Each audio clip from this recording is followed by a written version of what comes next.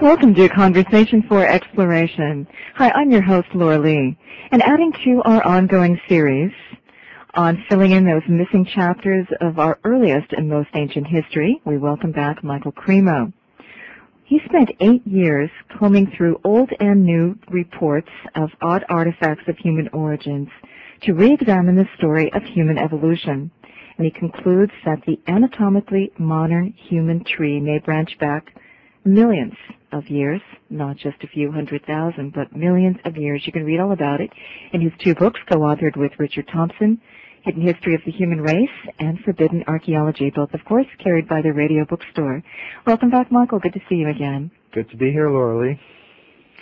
You've been busy for these last several years, looking and adding to this story. This is a fascinating story that we may not have evolved from apes. Is that what you're saying, really? Well, or that we just evolved back much, much earlier than we think? Well, you know, it's interesting. When people think about human origins, they tend to look for some very simplistic explanation. Either, you know, God created everything instantaneously from nothing in the beginning, or they look for, you know, a very simple evolutionary account. You know, the chemicals were in the Earth's early ocean. They, you know, combined to form the first living thing, the even though first they cell. Can't recreate life in the laboratory. Yeah, even though they can't do it, but they think something like that, and then they think that first cell split and divided, and some of them got together to make multi-celled organisms, and then some of them went from the ocean onto the land and became animals, and finally they became human beings. Grew fins, went out on the land, suddenly we have human beings. Right. And then another idea that's become popular in recent years is extraterrestrial interventions. You know, say that, you know, at a certain point in that evolutionary development, you know, some extraterrestrials came and turned some ape men into human beings like us by manipulating their genes. Now, of course, that leaves open the question, where did those extraterrestrials come from? But in any case, people tend to prefer some very simple creation account, some very simple Darwinian evolutionary account, or some very simple extraterrestrial intervention story.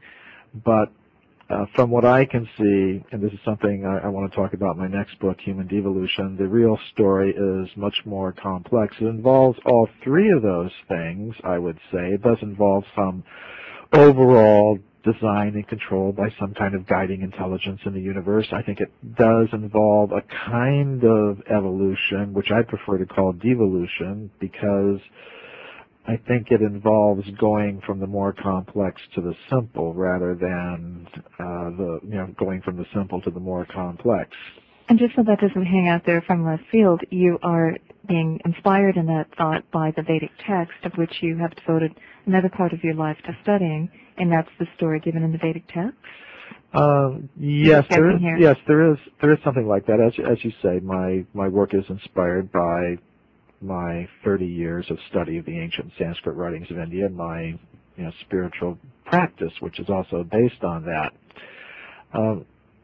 And it's sort of interesting. I think really, before we even can ask the question, where did human beings come from, we should first of all ask the question, well, what is, a human being? Because we should really know what it is we're trying to explain.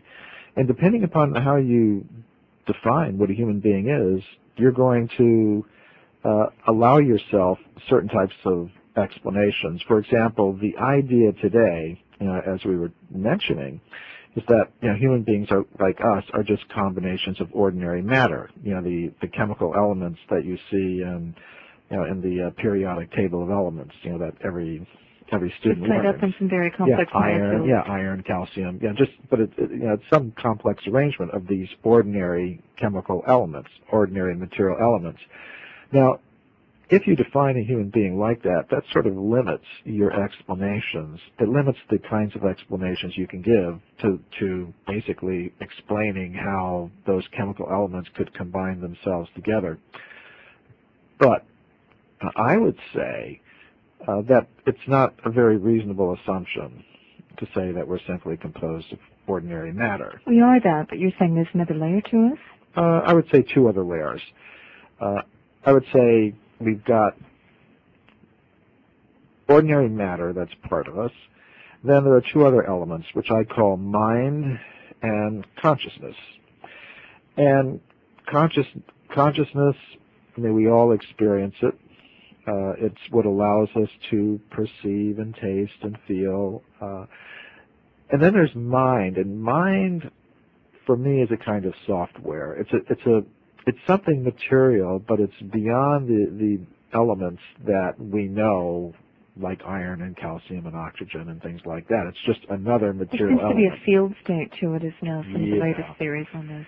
Yeah, a field that can act on objects made of ordinary matter in ways that we can't explain by our current laws of physics. But it's a nice bridge between the matter, the world, and the world of consciousness. And the world of consciousness, absolutely. It's if you were to look at say a computer, the computer would be like our body made of matter. The software would be like the mind, and the user of the computer would be like the conscious self. And the software is the interface in between the conscious self and the computer, just like mind is the interface between consciousness and the gross physical body made of the ordinary chemical elements. So then once you've got that established, and I think there's some, we don't have to talk about ordinary matter because everyone already accepts that. But sometimes people will ask, well, where's the scientific evidence for this mind element, which I'm going to define as a subtle material energy field that can operate on ordinary matter in ways that we really can't explain. Now, just to give a very crude example so that people can kind of see what I'm talking about, air is a more subtle element than water. And you can't see air, but when the air moves over water, you can see the operation of the air. In other words, waves form. So that will give you the idea, well, there must be something that is agitating the water. I can't see it, but it's there. You can see it from its effects. So mind is something like that. Now, in my previous work, Forbidden Archaeology, I talked a lot about the knowledge filtering process, the knowledge filtering process that has suppressed evidence, physical evidence in the form of that same knowledge filter. Is it what you're saying with looking at the scientific evidence in support of consciousness and this mind field? Right, because there's so many human skeletal remains and so many human artifacts that I talked about in Forbidden Archaeology that aren't mentioned in the current textbooks because of this knowledge filter process. Every time they see something that sits outside of their parameters of what's accepted, they discount it. You get a lot of discounted objects at the end of the day when you look at all of the evidence as you and Richard have done over that 8-year survey. An astounding number. Oh yeah, huge number. As much that's kicked out of the picture as is in the picture. Yeah, absolutely which right. Demonstrates it's not really anomalous after all. It's not the odd bit here and there. Mm-hmm. It's a substantial amount. Yeah, and another important thing to consider, Laura Lee, is that those discoveries, those archaeological discoveries, putting the human race back millions and millions of years, these are discoveries that were made by professional scientists that were reported in scientific journals. They're not marginal discoveries. The people who made them aren't of questionable character at all. So the same is true of this evidence for a mind element that can operate on matter in unexplained ways. Every physics student will read about Pierre and Marie Curie. Everyone knows they were husband and wife, and they discovered the X-ray. They discovered the X-rays and radium, and they both got Nobel Prizes. Actually, Marie got 2 Nobel Prizes, and you read about this in every physics textbook. Every child learns to worship them practically, especially Marie Curie, because she's one of the most prominent women. And she was a martyr because that very discovery ended up killing her. Yes, that's right. But what we don't read in the textbooks is that she and her husband were heavily involved in what's called psychical research into the paranormal, research into this mind element that I'm talking about.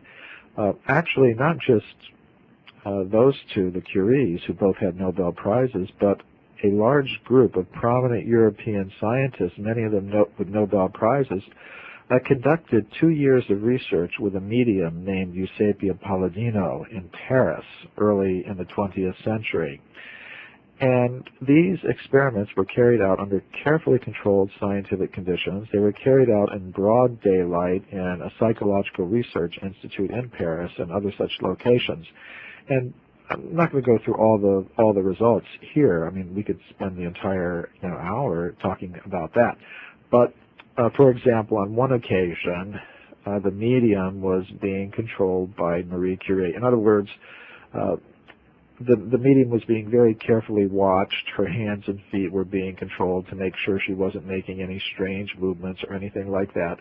And in broad daylight, Pierre Curie said that in the middle of the room at the Psychological Research Institute in Paris, a large table was floating in the air with no one touching it, and he was measuring how far it's floating off the ground, how long it's staying in the air, and he testified this is absolutely true.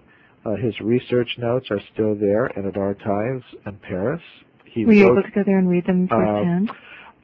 I want to go and read them. They came to my attention through a very obscure biography written by a French historian of science in the French language. It wasn't available in English. This is how I find out about these things, is by going to these obscure sources. I do want to go to those archives and do further research. But you're saying they were they weren't slouches, they were Nobel Prize winners. They knew how to conduct a scientific experiment, and this is what they testified to. And they wouldn't be putting their reputation on the line for hopes that they hadn't checked out thoroughly. Okay. Yeah, absolutely. So what does that mean? To me, it's positive evidence for this mind element, that there is a material energy that's connected with our body that can act on ordinary matter in ways that we really can't explain, by those ordinary laws of physics. To me, it's like, okay, we live with this, we have this from personal experience, we know that this works, we have to go to the scientist and have the good housekeeping seal of approval to let us believe what we already experience. Okay, well, fine. We don't have to do that, not you and I. Society at large. Okay, fine, because actually, I don't need that, you don't need that, and there are a good many people who don't. But it's sort of interesting. I could make a career of communicating about these things to people who already accept them, and I could do fine with that. That's called singing to the choir. Yeah. Yes, but somehow or other, I have this, this drive impulse, this in you. drive Yes. or something to try. I like to try to communicate with people who already don't think the way that I do.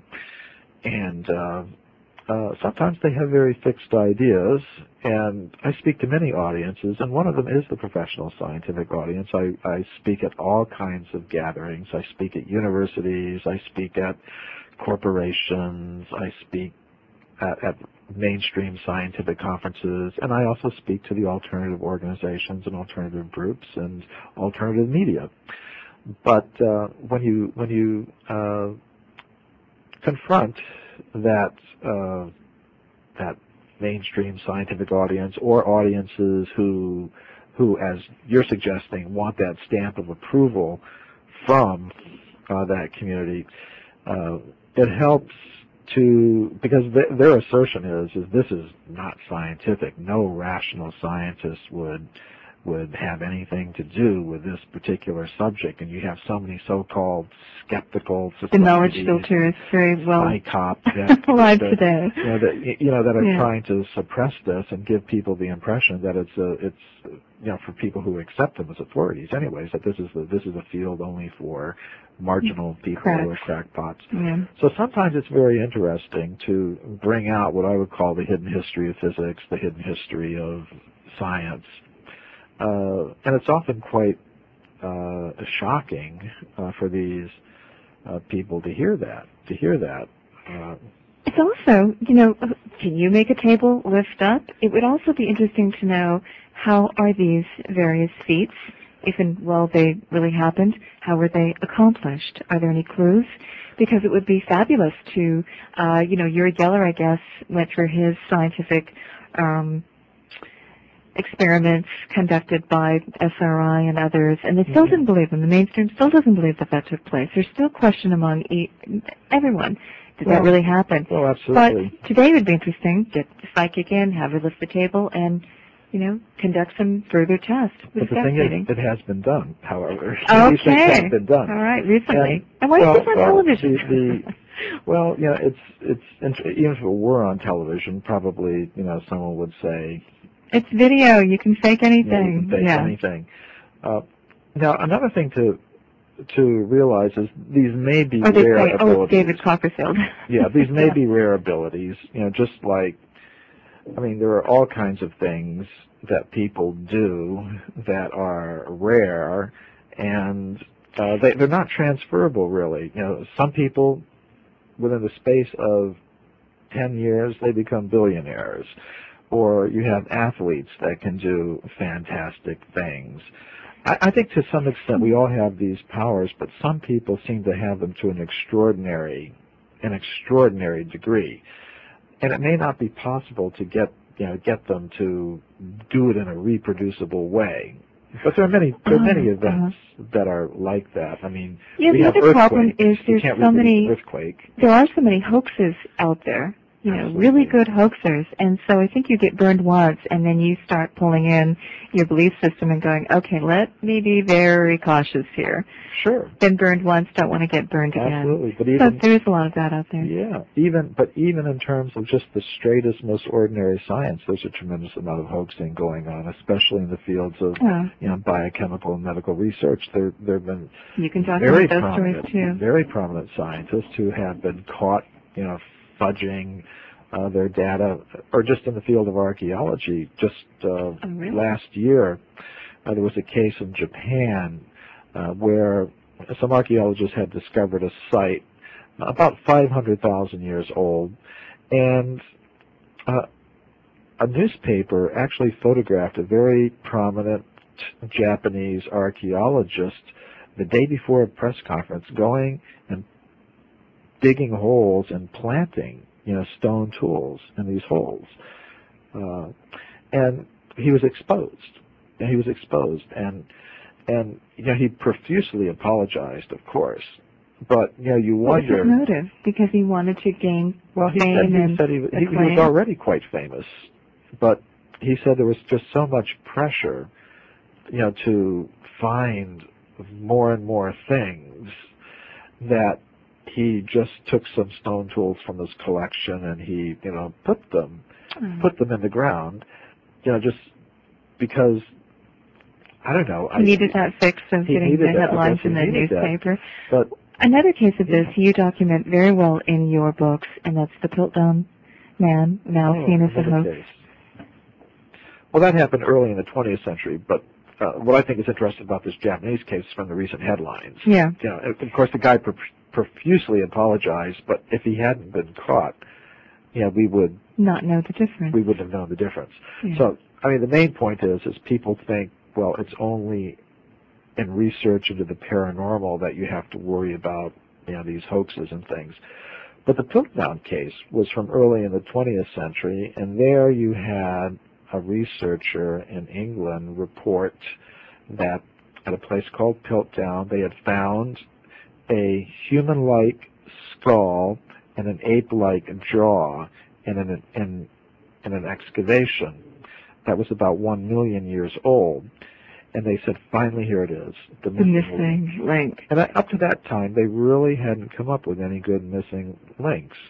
As I mentioned in Forbidden Archaeology, from the time that Darwin wrote a published Origin of Species in 1859 and the beginning of the 20th century, there were no really good missing links being found. As a matter of fact, what scientists were finding was evidence that humans like us went back millions and millions and millions of years. So they were looking for missing links, but they were just finding more and more evidence that humans of our type were going back very, very far in time. So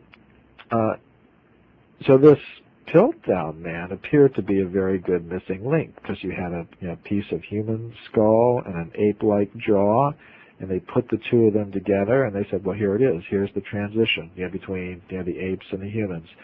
It was actually in the textbooks for about 50 years until some scientists from the British Museum analyzed the discovery very closely and determined that the skull was genuine, but the jaw was a recent monkey jaw that had been filed and stained to make it look somebody went to a lot of trouble to fossil. Fake it. It was Right. an innocent mistake. Well, it's interesting that the various efforts that have been taken to bolster up a particular point of view, thus turning science into propaganda, where science really, its mission is to look at the evidence in a neutral way and then see where that evidence leads, right? So Well, that's it's interesting how that they told. have to bolster. And you're saying even the Right. scientists that go in and fudge the data, for whatever reason, they're bolstering a point of view to keep the current paradigm intact. You've also quoted those cases. Either mere fact of tossing out the anomalous evidence, the evidence that demonstrates how far back anatomically modern humans go. That's just faking it to bolster the point of view that they want to persist. Yeah, it's well, it's I really just don't like it when science has an agenda and it's not really truly exploring where the evidence leads. It's already made up its mind and it's coming in trying to bolster its position. That's my point. Mm-hmm.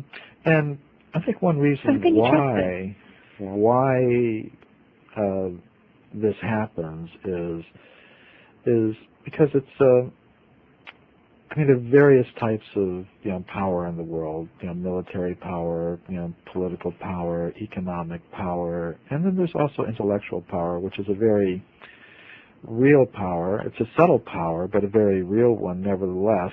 And those who possess it have the ability to set a direction for our whole society, or indeed our entire human civilization. And it seems they have set a very materialistic direction towards the whole thing. And I think this is one reason why there's such resistance to this evidence for a mind element, this evidence for a consciousness element, and why there is so much focus on ordinary matter. Because the way civilization is set up now, we spend a tremendous amount of our energy developing the resources of matter, digging things up out of the ground and building them and constructing them and buying and selling them, and it's a whole operation. Even the internet and all the new media, they all depend upon some kind of physical superstructure. But if we understood the reality of the mind element and the conscious element, then as a civilization, as a society, we might be putting more energy into developing those resources, of course, which would maybe take away from all the effort and energy that's now going into developing these material resources for the benefit of many people. Mm-hmm. Yes, I mean it's so I think that may be one of the underlying. Society sits here and goes, we really can't afford to re-examine our priorities and what's on the other side of the equation, because it would force us to do things a bit differently. It wouldn't be business as usual. It wouldn't make sense. Yes, I think that's right, and those are the types of reasons. Because people often ask me, well, what possible reason would people have to direct people's attention away from certain types of evidence or try to suppress it? And I think there are some very, very real reasons. If you maybe think about subconscious it. reasons. Subconscious reasons, yes.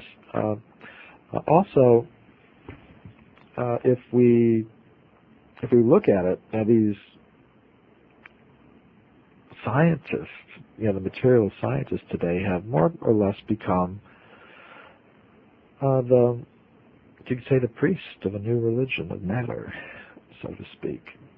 And there's money, there's prestige, there's power involved. So I think for these reasons, there's a lot of resistance to any change in the basic paradigm. And this may be because of bad experiences that people have had in the past, in history about from different religions who have strayed from their actual spiritual roots and gotten into different kinds of political manipulations on the material level.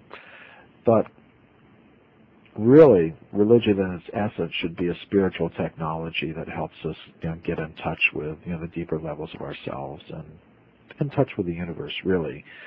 But it's and as I said, maybe because of some bad experiences, society in general has decided to turn away from that and just focus on developing the material resources rather than the spiritual resources. We're talking with Michael Cremo. His books include Forbidden Archaeology. He'll soon be out with Forbidden Archaeology 2, documenting some of the new cases he's found since then. Also, Hidden History of the Human Race, and you can look forward to Human Devolution. We continue our conversation just after this, and Lily. So, Michael, are you suggesting that in your picture that you've been putting together of the human story, by tracing it back and back and back, how do we evolve? God didn't wave a wand and we appeared here. There was a progression of events, perhaps. So are you suggesting that rather than common ancestor, apes go one way, we go another way on the branch of the tree for primate, that this fork in the road happened not a few 100,000 years ago, as the evolutionary scientists are saying, but you're just pushing it back, that it happened millions of years ago? Or I'm just wondering, what is it that you're suggesting as a replacement theory and understanding for the development of the human being? Well, I call it human devolution, and it gets back to this point I was talking about previously, that first of all, we have to decide what we are. And I think there's pretty good scientific evidence to show that we are a combination of ordinary matter. We are a combination of ordinary matter, mind, and consciousness, or spirit, if you want to call it that. And then we have to talk about, well, where did all these things come from? So I would say that our cosmos is divided into a realm predominated by ordinary matter, a realm predominated by the subtle mind element, and a realm beyond that predominated by pure consciousness, spirit, if you will. And I would say that our original position is as pure conscious individuals in that realm of pure consciousness or pure spirit. When we depart from that, attracted by the lower energies, our original spark of consciousness has to be given a vehicle that's suitable for operating at that level. Now, at each level of this cosmic hierarchy, there are beings who are adapted to life at those levels. For example, on the level of pure consciousness, that is the realm of the supreme conscious being, God, if you will, and others, including ourselves originally. And then there is a level below that, the level of mind, where there are beings who are a combination of consciousness and mind. These may be called gods and goddesses, or angels, or there are different terms for them in different civilizations, but they are beings who are a combination of consciousness and mind. And it is through their reproductive processes that conscious selves like us receive bodies for operating in the level of matter in which we now find ourselves. I've studied, as I mentioned, these ancient Sanskrit writings, and they give a pretty detailed account, and I'm not going to go into it all here, but there is a kind of evolution that goes on. And by evolution, I mean there's reproduction with modification. That means things reproduce, and in the course of that reproduction, things change. Now, in the material sense, the way that we've heard it up to now is that things go from the very simple to the more complex, and it's a purely material process. But there's some problems with that because, as you were mentioning, Laura Lee, earlier in the show, they really haven't explained how you can get the chemical elements to combine to form the first living thing, and they haven't really explained either how you go from a simple thing to a more complex thing simply by random genetic mutations. We don't really see that happening. You can't go to the back of your television set and pull out a wire and randomly stick it somewhere else and think you're going to get something that works better. Most probably, it's not going to work at all. So your analogy is how can some of these great changes happen between generations or between without any intelligence periods behind it? With just random plugging the wiring. Okay, but wasn't that what Darwin was trying to explain? Right, that's what he was trying to explain, but natural selection. It's been about 150 years. When you come up with a happy accident, it will survive because it's better prepared to its adapted new environment. Yeah, so nobody's really explained exactly how that happens. They just say, well, it did happen, and they sort of wave the magic wand of the word evolution and say, well, it happened by evolution, but they can't tell you exactly step by step how you go from a creature with no eyes to a creature with a developed color vision. I also thought that there was such a strict protocol for the reproducing of a individual that if anything went wrong, the body would actually kick it out spontaneously and say, oops, back to the drawing board, let's try again. And so that you have such a slim margin for making any changes from one generation to the next because there's that inbuilt check and balance to make sure that the copies pretty much right. Well, we can see there an are identical copy to the parent. I mean, there are everybody knows that change is possible within limits. For example, you can breed dogs to become bigger. You can breed horses to become bigger or smaller. Right, hybridization. So there's a lot of margin. You can do that, but the real thing is how do you get something new? Something radically new and different. Well, isn't that what you're suggesting when you go from no eye to eye? Right. Now, that's what's not explained. You're not just modifying eye, you're going from no eye to suddenly eye. Right. How do you get that without some kind of intelligence behind it? So, in fact, we've talked to, I think it was Richard Milton and others who say, look at the complexity of the eye as a case in point. How does random series of accidents produce something so stunningly well designed? Absolutely. So, but in terms of this human devolution concept, there's intelligence behind it. There is some kind of reproduction with modification going on, but it's intelligently guided. And it also involves the gradual, not just arranging matter in different ways, but taking consciousness and covering it first with mind and then with matter. So it's a couple of questions. Are you suggesting that you said earlier if we trace everyone's just back, you would see not an ape but a demigod, according to this theory, according to the a higher Vedic dimensional path. being. Yeah. A higher dimensional being. We can call it an angel. We can call it a demigod. Or okay. Not just Given one, that, so then I have a couple more questions. Angels, right. The question then would be: so, in our state, are we normal for the process, or are you saying devolution implies we're kind of lower than what we were potentially expected to be, the expression that we are today? Yeah, we are lower than our original state. In other words, is this part of the plan because it's the Kali Yuga, or is this? But that's a much shorter cycle than the human being. Well, it's our choice. It's our choice. I see. It's one of the options. Well, we all have attraction. I mean, everyone has different attractions.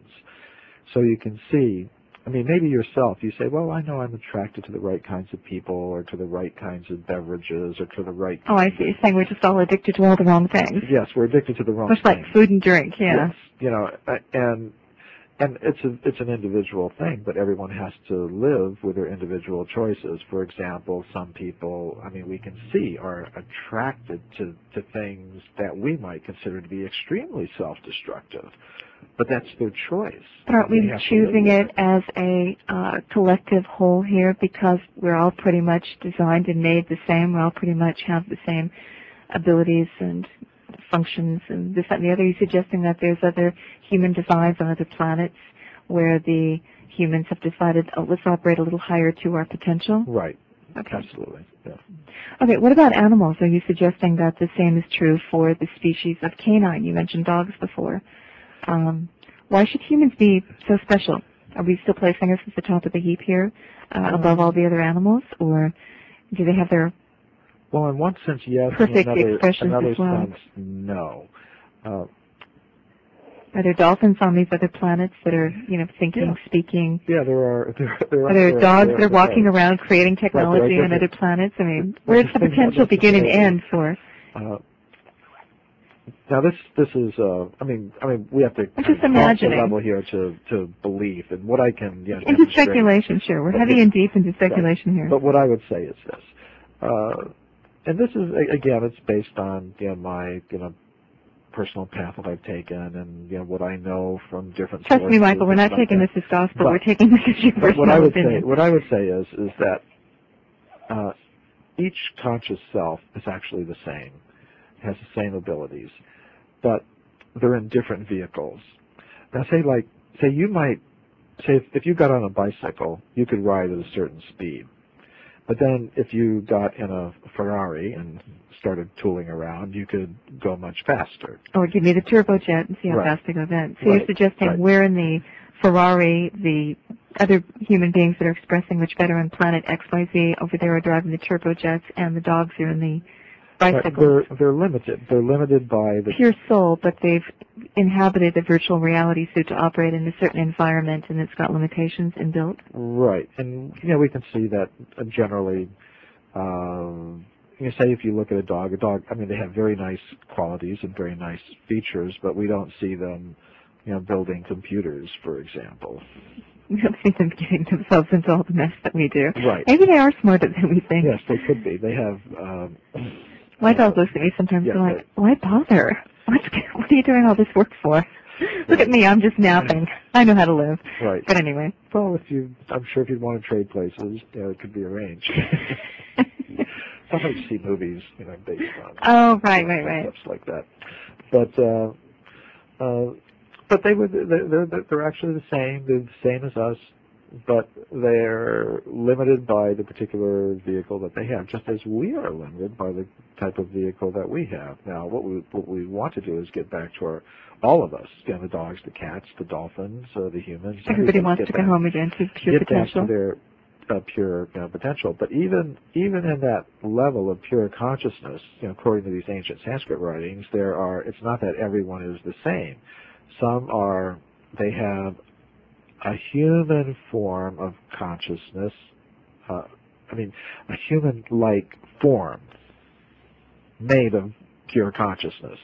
And some of them, according to their desire, because they want to be in an animal form, or a plant form, or an insect form, but they are in the most glorious, transcendental, ecstatic, kind of animal form or plant form, and their bodies don't die. They're just, if their consciousness, for example, is to be a peacock, then they're a peacock forever, and they're the most wonderful sort of peacock, and they have, that's there. You mean once you make a choice, you're locked in forever? Don't we get to switch around and try different vehicles? You can switch around, you can change, but generally people, they tend to settle into something that they like. Oh, I see. But that's after trying many different things.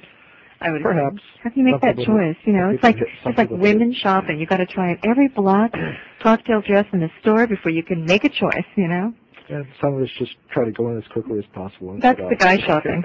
Here, give me anything. Does it fit? Yes, I'm out of here. Yeah, I've seen that. Yeah. Okay, so this is what the Vedas describe. Yes, in so many words. Has it been your mission from the get-go to say, gosh, here I am devoting my life to this ancient wisdom tradition, and I'm looking at what it's saying, and it's a bit different than what my society tells me is the truth, is the history. Therefore, when you went into this, what became an 8-year investigation into human origins and became the basis of the book Forbidden Archaeology? Were you looking at it like, I'm testing my faith, or I'm out here to prove that the standard story isn't the only story that can be, that is the result of the available evidence? Well, it doesn't have to be either or. I was just wondering how much you were doubting your own position early on, or how much you were set out to prove. It's a fair question. Yeah. I would say I had, through other experiences that I had, in terms of meditation and spiritual development, become pretty well convinced that, well, this was something that was really working for me, and if this is true, then all of it must be true? Or? It sort of increased my faith about the other things. Now, for many years, I really didn't, I mean, for most of the time during my beginning years of my spiritual path, I wasn't so much concerned about what was going on, with the Vedic descriptions about material reality and the history of it and things like that. Mm-hmm. You had more immediate... I was more interested in, just cultivating my own, spiritual development rather than thinking about, well, what it had to say about material aspects of reality. I was more focused on the spiritual dimensions that it was, acquainting me with. But then I started looking, and it became...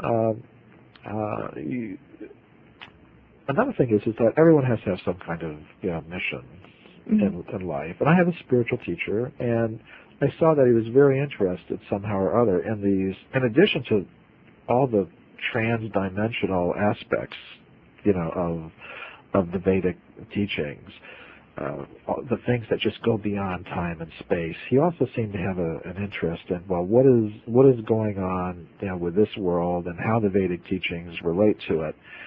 And he explained, and this is A.C. Bhaktivedanta Swami, he explained that people's consciousness pretty much is influenced by what they think they are. In other words, if I think I'm an American man, I'm going to fulfill that. I'm going to fulfill that. Whatever we think we are, we tend to set our goals on that basis. So for quite a number of centuries here in the West, we've been told by our quote, we're material beings that we're material beings who've evolved from apes and things like that. And I think that's affected our consciousness, and for many people, and the expression of our potential. Yeah, it's been a bit of a limiting factor. It's been a roadblock for some people. So I could see, that it might be a useful thing to do with my life to help remove some of those roadblocks that are, as you say, I like the way you put it, the limiting, the potential of people on this planet. And, one way to do that for some people, since material science has become such a source of authority, is to challenge, that, particular mode of thought. And although I was, in the beginning, when I started thinking about this human evolution question and the human antiquity question, I thought like, well, on the basis of what I know from these ancient Sanskrit writings, I was pretty well convinced that, well, we didn't evolve from the apes and things like that. And when I started my first tentative little bits of research, I thought like, well, gee, what will I? Although I have some inkling, I mean, I really did not expect to find as much evidence as I did. So you could say for me, it was sort of like a faith-building exercise to start uncovering this evidence, because I really didn't think, that I would find as much as I did, and that was really shocking to me in a deeply personal sense, to find why haven't I heard about this before? How are all of these reports buried in these obscure journals? And how can I go through 30 years of my life as an intelligent, university-educated person, and with an inquiring mind even, and not know about this stuff. I mean, why was it buried so deeply? Why was it so out of sight?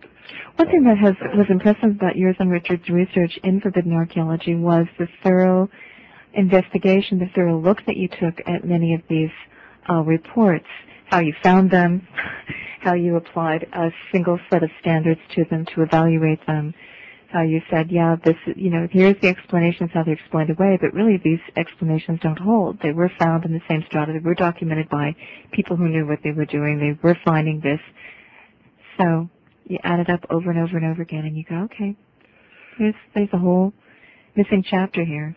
Yeah. I don't know what that chapter is, but I know that there's a lot there, and it's fascinating to piece those pieces of the puzzle together to see the picture emerges. Well, I think the picture that does emerge is that we need a new explanation for human origins, and in those previous books, Forbidden Archaeology and Hidden History of the Human Race, what we did is simply set forth the facts that we had uncovered, the reports that we had uncovered, and let them speak for themselves. And people can interpret them in different ways. I think we're at a stage where it's really healthy that people just look at this evidence and let it unhinge them from the standard story. Right, and some people, they try to explain it by time travelers, reverse time travelers who got caught back in some very ancient times. Other people try to that's just taking the existing paradigm and twisting it to fit. Yeah, extraterrestrials, visitations and things like that. I mean, I have my own idea, but I don't discourage people from trying to exercise their own intelligence, because I think in the end they'll come to the right conclusion. But I think at this point, I think we've had a monolithic sort of presentation of Actually, what's fascinating to me is that the media may present the scientific consensus as a monolithic whole set in stone. You go behind the scenes and there's so much controversy, and you quote and you found many scientists who disagreed with the interpretation and said this isn't the only way that we can interpret this particular set of data. And their knowledge filtered quietly squelches their voice. We never get to hear it unless it's someone investigating and bringing that story to us. I have two questions left in the time remaining. One is, back at the turn of the century, it seemed to be a very exciting time for science because nothing was written in stone yet. There were investigations. People like the Curies could investigate X-rays on the one hand, which were very mysterious at the time, and psychical research on the other hand, and Tesla could do his thing and push the seams of the envelope and physics and all of that.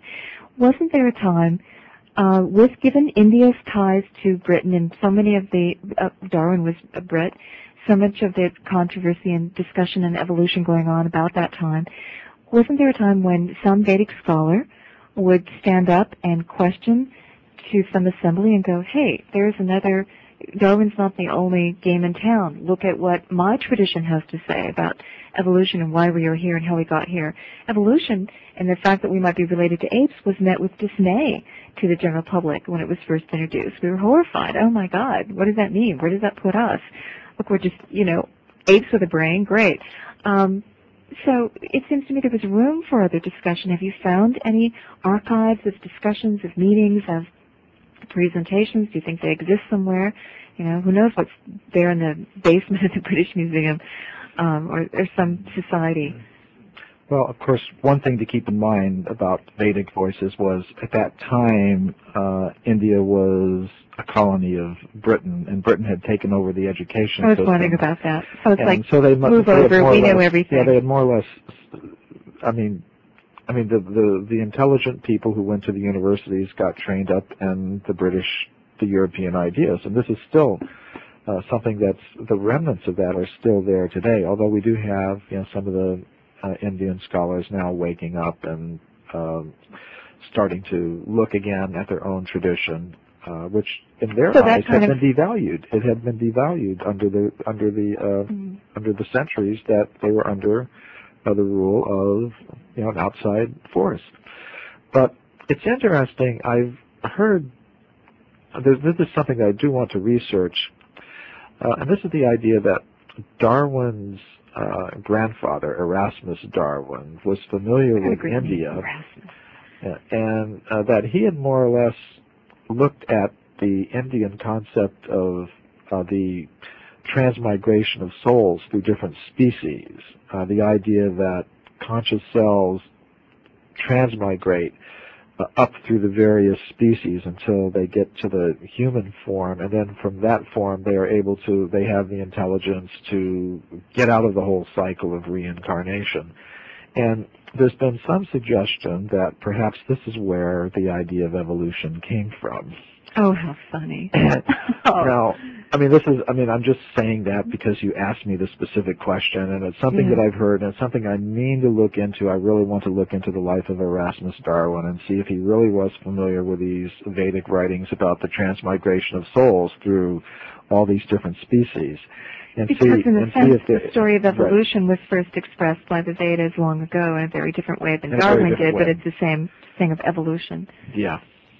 Grow and adapt, and so, change. How interesting. Last question. There's been a lot of recent discoveries in archaeology of various bones, Lucy and all the other Australopithecus and all the other ones. How close are these two missing links in your opinion? Are they touting it because, they've got to tout something, or is there something there, or are they just misreading it once again, in your opinion? I think they're misreading it. There are many. You were mentioning that even in the scientific community, behind closed doors, there are vast differences of opinion, and there's a significant group of physical anthropologists and archaeologists who think that these Australopithecines and other early so-called missing links are nothing more than just varieties of apes and monkeys, and they say that those on the other side of the divide are just artificially attributing human-like characteristics to these animals that they really don't have. For example, they say they attribute to them, the ability to walk on two legs when they really don't have it. When if you look at the Australopithecus skeleton, you see it was very adapted towards life in the trees and things like that. So I would say that they are touting these things as human ancestors simply because they need to do it. The evidence really doesn't support it that they're human ancestors. You read these articles and you even see that it's a stretch, and they're talking about the flimsiest evidence, and they're filling in a lot of blanks for you that aren't really there. So you can read between the lines there. I would assume that just as in any animal species, you get a lot of branches that die off, so you can find fossils of something that doesn't exist exactly today in modern times. But they never suggest that about apes. They never say, oh, it's an early ape and an ape that never made it, and oh, it's got to be human. So I keep wondering, what did they think? Every ape that ever lived in ancient times was on its way to becoming human, or do they recognize apes as apes? You said it right there. I think they tend to say anything that they find in the period going back to around 4 million years ago, 3 to 4 million years ago, somebody's going to say it was on its way to becoming human, because they have to. They need that. If they're going to hang on to this evolutionary idea, they need that. But as I've demonstrated, in Forbidden Archaeology and other works, you can find evidence that humans like us were around at that exact same time. 3 million years ago, 4 million years ago, 5 million years ago. So they were simply coexisting. That's the point. Coexisting. It's not that one is related to the other in terms of some evolutionary process, but simply that they were coexisting with each other. Next time we talk, I want to ask you about how quickly species evolve. And when you look at something like the giraffe, is it possible that you find, great changes within a few 100,000 years? Or are the standard scientists suggesting that somehow on weight from ape to human, we've moved at such an accelerated pace that outpaces any other adaptation? I'm just curious about the time frames to do with other animals. And, I think, just to restate what you're suggesting, that anatomically humans, you can trace back their evidence for their existence on planet Earth back millions of years. Up to 2 billion years. Up to 2 billion years. Artifacts, bones, tools, footprints, and therefore all of these other apes that you see going on just coexisting. Because why would you need, if the anatomically modern humans are there, why would you need apes coming back into the family tree? What, a little detour and then you come back? I don't know. I don't think so. So some really important work that you and Richard Thompson have done. That first cell split and divided, and some of them got together to make multi-celled organisms, and then some of them went from the ocean onto the land and became animals, and finally they became human beings. Grew fins, went out on the land, suddenly we have human beings. Right. And then another idea that's become popular in recent years is extraterrestrial interventions. Say that at a certain point in that evolutionary development, some extraterrestrials came and turned some ape men into human beings like us by manipulating their genes. Now, of course, that leaves open the question, where did those extraterrestrials come from? But in any case, people tend to prefer some very simple creation account, some very simple Darwinian evolutionary account, or some very simple extraterrestrial intervention story. But from what I can see, and this is something I want to talk about in my next book, Human Devolution, the real story is much more complex. It involves all three of those things, I would say. It does involve some overall design and control by some kind of guiding intelligence in the universe. I think it does involve a kind of evolution, which I prefer to call devolution, because I think it involves going from the more complex to the simple rather than going from the simple to the more complex. And just so that doesn't hang out there from left field, you are being inspired in that thought by the Vedic text, of which you have devoted another part of your life to studying, and that's the story given in the Vedic. Ordinary matter. We are that, but you're saying there's another layer to us? I would say two other layers. I would say we've got ordinary matter that's part of us. Then there are two other elements, which I call mind and consciousness. And consciousness, I mean, we all experience it. It's what allows us to perceive and taste and feel. And then there's mind, and mind, for me, is a kind of software. It's something material, but it's beyond the elements that we know, like iron and calcium and oxygen and things like that. It's just another material element. There seems to be a field state to it as now, some of the latest theories on this. Yeah, a field that can act on objects made of ordinary matter in ways that we can't explain by our current laws of physics. But it's a nice bridge between the matter, the world, and the world of consciousness. And the world of consciousness, absolutely. It's if you were to look at say a computer, the computer would be like our body made of matter. The software would be like the mind, and the user of the computer would be like the conscious self. And the software is the interface in between the conscious self and the computer, just like mind is the interface between consciousness and the gross physical body made of the ordinary chemical elements. So then once you've got that established, and I think there's some, we don't have to talk about ordinary matter because everyone already accepts that. But sometimes people will ask, well, where's the scientific evidence for this mind element, which I'm going to define as a subtle material energy field that can operate on ordinary matter in ways that we really can't explain. Now, just to give a very crude example so that people can kind of see what I'm talking about, air is a more subtle element than water. And you can't see air, but when the air moves over water, you can see the operation of the air. In other words, waves form. So that will give you the idea, well, there must be something that is agitating the water. I can't see it, but it's there. You can see it from its effects. So mind is something like that.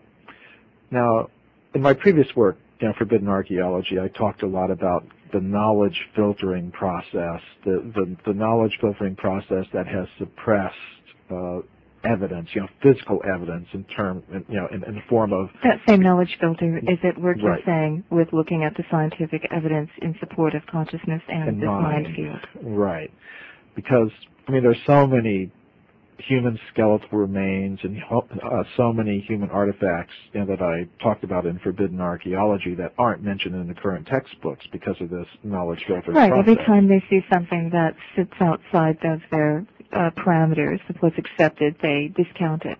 You get a lot of Vedic texts. Yes, there is something like that. As you say, my work is inspired by my 30 years of study of the ancient Sanskrit writings of India, and my spiritual practice, which is also based on that. And it's sort of interesting. I think really, before we even can ask the question, where did human beings come from, we should first of all ask the question, well, what is, a human being? Because we should really know what it is we're trying to explain. And depending upon how you define what a human being is, you're going to allow yourself certain types of explanations. For example, the idea today, as we were mentioning, is that human beings are like us are just combinations of ordinary matter. The chemical elements that you see in the periodic table of elements. That every student learns. It's made up in some very complex molecules. Iron, calcium. But it's some complex arrangement of these ordinary chemical elements, ordinary material elements. Now, if you define a human being like that, that sort of limits your explanations. It limits the kinds of explanations you can give to basically explaining how those chemical elements could combine themselves together. But I would say that it's not a very reasonable assumption to say that we're simply composed of. Welcome to Conversation for Exploration. Hi, I'm your host, Laura Lee. And adding to our ongoing series on filling in those missing chapters of our earliest and most ancient history, we welcome back Michael Cremo. He spent 8 years combing through old and new reports of odd artifacts of human origins to re-examine the story of human evolution. And he concludes that the anatomically modern human tree may branch back millions of years, not just a few 100,000, but millions of years. You can read all about it in his 2 books, co-authored with Richard Thompson, Hidden History of the Human Race and Forbidden Archaeology, both, of course, carried by the Radio Bookstore. Welcome back, Michael. Good to see you again. Good to be here, Laura Lee. You've been busy for these last several years looking and adding to this story. This is a fascinating story that we may not have evolved from apes. Is that what you're saying, really? Or that we just evolved back much, much earlier than we think? Well, it's interesting. When people think about human origins, they tend to look for some very simplistic explanation. Either, God created everything instantaneously from nothing in the beginning, or they look for, a very simple evolutionary account. The chemicals were in the Earth's early ocean. They combined to form the first living thing, the even first though they cell. Can't recreate life in the laboratory. Yeah, even though they can't do it, but they think something like that, and then they think